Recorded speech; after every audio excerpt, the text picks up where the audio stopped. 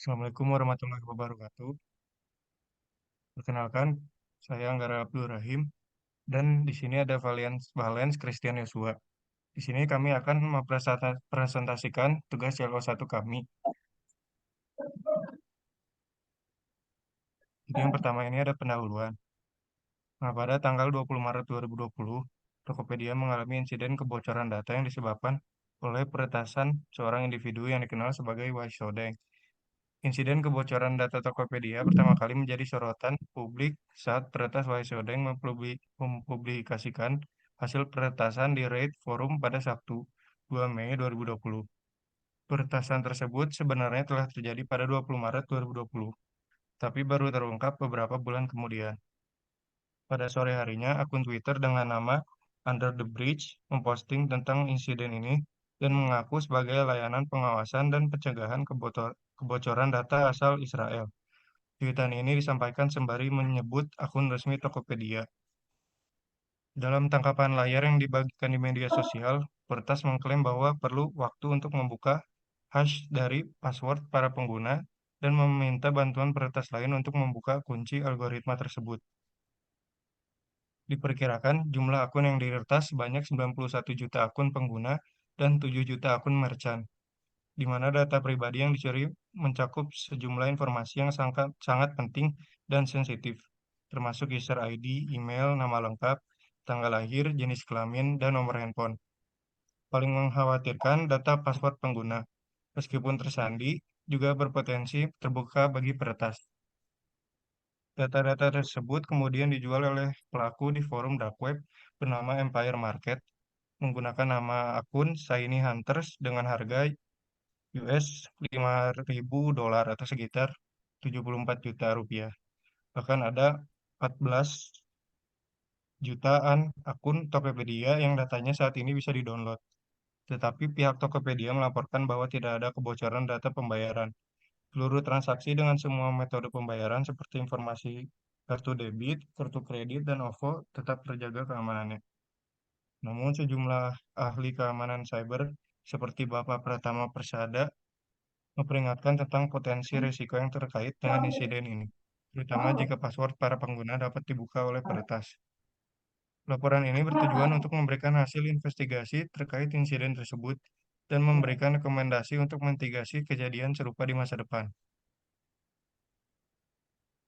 Lalu selanjutnya ada hasil investigasi. Yang pertama, informasi data pribadi yang bocor ke publik. Berdasarkan investigasi, data pribadi yang bocor mencakup informasi seperti user ID, email, nama lengkap, tanggal lahir, jenis kelamin, nomor handphone, dan password yang masih terhash atau tersandi. Data ini diperkirakan mencakup sekitar 91 juta akun pengguna dan 7 juta akun merchant di Tokopedia.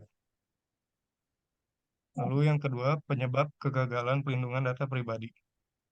Penyebab kegagalan pelindungan data pribadi terkait dengan algoritma enkripsi yang digunakan untuk password pengguna. Meskipun password masih dalam bentuk tersandi, pelaku mengklaim bahwa algoritma tersebut bisa ditembus. Ini menunjukkan kerentanan dalam penggunaan enkripsi yang digunakan untuk melindungi data pribadi. Lalu selanjutnya yang ketiga, notifikasi kegagalan sistem atau breach notification. Tokopedia merespon insiden ini dengan mengakui adanya upaya pencurian data pengguna pada hari yang sama insiden terjadi. Namun belum ada informasi lebih lanjut yang disampaikan kepada publik terkait insiden ini. Sebuah pelaporan yang lebih rinci kepada pemilik data pribadi atau subjek data pribadi tampaknya belum dilakukan. Selanjutnya, nomor 4, informasi publik terkait insiden. Tokopedia merespon atas insiden ini pada Sabtu pukul 9 malam melalui pernyataan dari Nuraini Razak, VP of Corporate Communication Tokopedia, di mana beliau menyatakan berkaitan dengan isu yang beredar, kami menemukan adanya upaya pencurian data terhadap pengguna Tokopedia. Namun Tokopedia memastikan informasi penting pengguna seperti password tetap berhasil terlindungi. Saat ini kami terus melakukan investigasi dan belum ada informasi lebih lanjut yang dapat kami sampaikan. Pernyataan ini menyatakan bahwa Tokopedia telah menemukan adanya upaya pencurian data terhadap pengguna Tokopedia dan bahwa informasi penting pengguna seperti password tetap berhasil terlindungi. Pernyataan ini juga mencatat bahwa Tokopedia terus melakukan investigasi, namun belum memberi informasi lebih lanjut yang dapat disampaikan. Meskipun Tokopedia merespons secara cepat dengan mengakui insiden, pernyataan tersebut tampaknya belum memberikan detail yang cukup kepada publik tentang sifat dan dampak insiden. Tokopedia juga belum memberikan pemberitahuan yang lebih rinci kepada pemilik data pribadi atau pembaruan kepada publik terkait insiden ini. Setelahnya, informasi lebih lanjut terkait insiden ini muncul melalui pemberitaan di media dan melalui penggunaan data oleh Waisodeng di dark web. Namun hingga saat laporan ini dibuat, tidak ada informasi yang mendukung bahwa Tokopedia telah mengeluarkan pernyataan resmi atau siaran pers yang merinci insiden ini kepada publik. Baik, selanjutnya adalah bagian analisa resiko.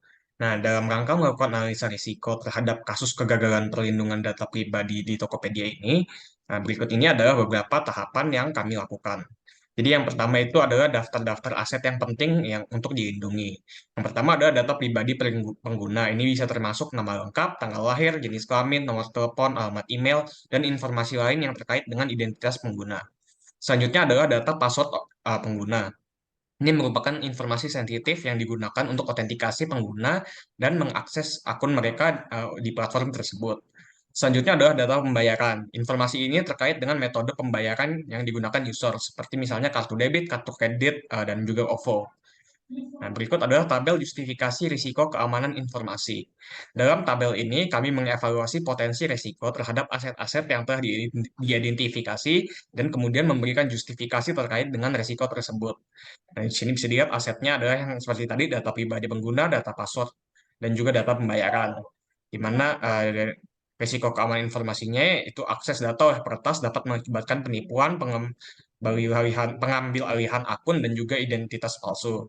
Dan untuk data password pengguna, ada peretas dapat membuka password dan juga mengakses akun pengguna.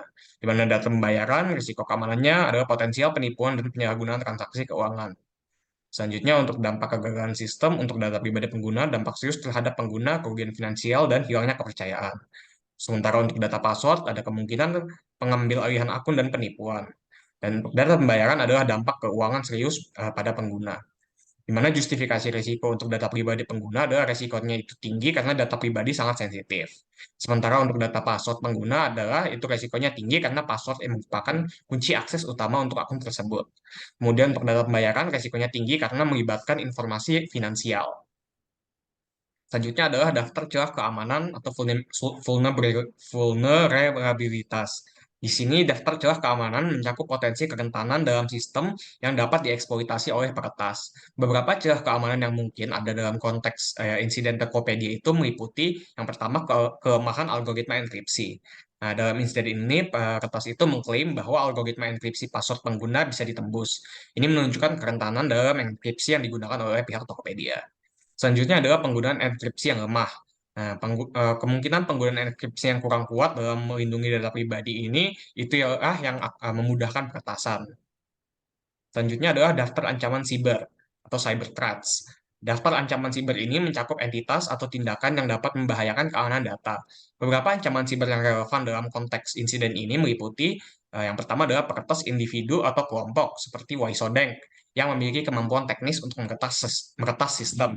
Selanjutnya adalah upaya penipuan dan phishing oleh pihak yang memanfaatkan data pribadi yang bocor, yang seperti yang sudah dijual oleh Waisodeng itu ke dark web. Selanjutnya adalah hasil analisa resiko secara keseluruhan. Nah, hasil analisa resiko secara keseluruhan ini menunjukkan bahwa insiden kebocoran data Tokopedia memiliki resiko tinggi terhadap aset-aset penting seperti data pribadi pengguna, data password, dan data pembayaran. Resiko ini dapat mengakibatkan dampak serius pada pengguna, kerugian finansial, dan penurunan reputasi merek Tokopedia. Nah, celah keamanan dalam enkripsi dan potensi penyebaran data di dark web menjadi faktor-faktor risiko yang signifikan. Selanjutnya adalah rekomendasi untuk mitigasi. Nah, untuk mengurangi resiko insiden serupa di masa depan, menurut kami Tokopedia harus mempertimbangkan beberapa tindakan berikut. Yang pertama adalah memperbarui dan memperkuat algoritma enkripsi yang digunakan untuk melindungi data pengguna. Selanjutnya, penggunaan enkripsi harus merata terhadap semua data yang berhubungan dengan user dan jangan hanya menggunakan password. Selanjutnya, pelaporan yang lebih rinci itu kepada pemilik data pribadi dan pembaruan kepada publik saat insiden terjadi, sesuai dengan ketentuan pasal 46 Undang-Undang Perlindungan Data Pribadi Nomor 27 Tahun 2022. Nah, selanjutnya adalah untuk meningkatkan kesadaran pengguna tentang pentingnya mengganti password secara berkala dan menggunakan metode keamanan tambahan seperti OTP. Nah, selanjutnya adalah melakukan penetration testing secara berkala untuk mengidentifikasi celah keamanan potensial. Nah, kesimpulan dari laporan kami adalah insiden kebocoran data yang terjadi ini mengungkapkan kerentanan serius dalam perlindungan data pribadi pengguna dan merchant. Data-data sensitif yang mencakup informasi pribadi seperti nama lengkap, tanggal lahir, nomor telepon, dan yang paling penting adalah data password pengguna terekspos dan menjadi potensial sasaran bagi para peretas. Analisis resiko mendalam menyoroti tingkat kerentanan yang tinggi terhadap aset-aset kunci tersebut, dengan potensi dampak serius terhadap pengguna, keuangan, dan reputasi Tokopedia. Rekomendasi mitigasi yang diajukan tidak hanya bertujuan untuk mengatasi celah keamanan yang ditemukan, tapi juga untuk membangun kepercayaan kembali dengan pengguna. Dengan memperkuat algoritma enkripsi, memperkenalkan enkripsi merata terhadap semua data yang terkait dengan pengguna, dan melibatkan pengguna dalam praktik keamanan yang lebih baik adalah langkah-langkah yang krusial.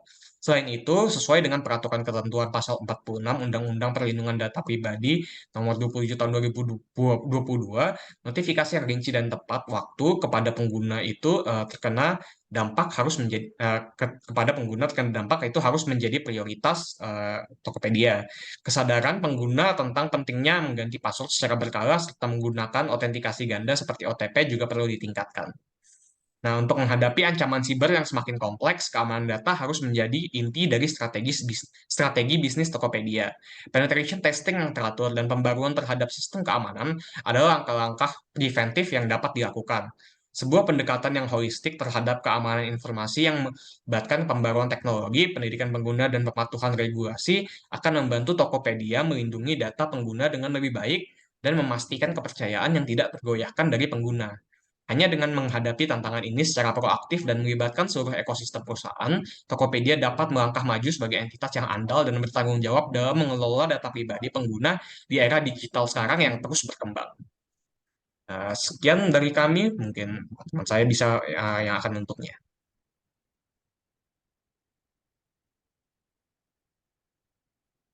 Mungkin sekian presentasi dari kami. Mohon maaf apabila ada kesalahan kata atau mungkin penjelasan yang kurang jelas. Terima kasih sudah mendengarkan. Assalamualaikum warahmatullahi wabarakatuh.